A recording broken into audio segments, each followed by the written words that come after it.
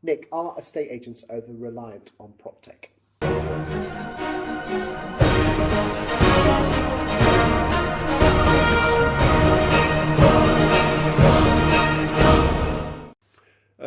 Some are and some are not.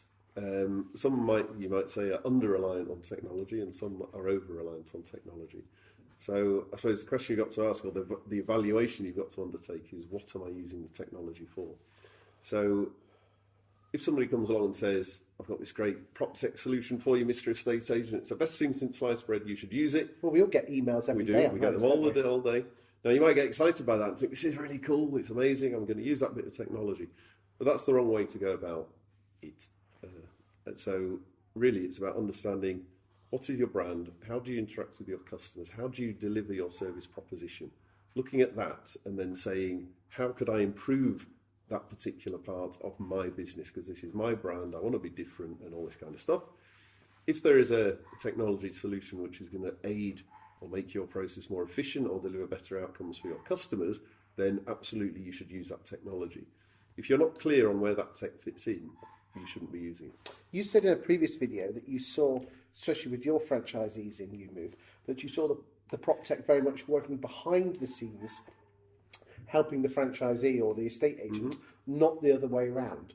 Why did you say that was important?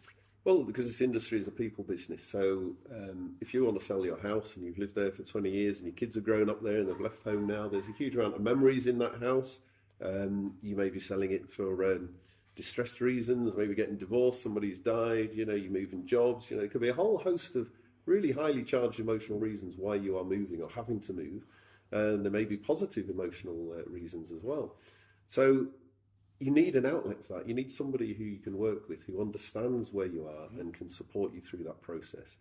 Now, we're not at the stage of advanced artificial intelligence yet, where we can replace an individual person in that particular dynamic. So if you take somebody out of that particular situation, then you're left with a substandard solution as far as I'm concerned. So what we want to do is have our franchisees, our people on the ground in that space, talking with their buyers and sellers and making sure we're delivering a personal service there. But in order for them to have the time to do that, then we use technology to make their admin lives, the boring part of what you've got to do, much, much more efficient. So that's how we structure our business. Okay, so what PropTech do you see on the horizon that you think that's going to be a game changer? Well, we already use some fairly cool tools. So a good example is video email, video messaging and so on. Now, if we've done a viewing and somebody wants some feedback, you can either send an email, you can leave a voicemail. It's kind of okay, but not great. We'll send the vendor a video if we can't get hold of them by phone personally. And again, it keeps that personal interrelationship going on. So we're using technology there as a secondary tool to support that personal relationship. So we'll try and keep it personal, but if it's not appropriate to the vendor, then we can move on. So for me, I get asked this question all the time about what's the next bit of tech. And actually, I'm not sure I can really answer the question other than to say, as long as you keep your people on the ground, face to face with your buyers and sellers, then it comes back to, if some technology comes along that makes that job more efficient or effective, then absolutely that's great.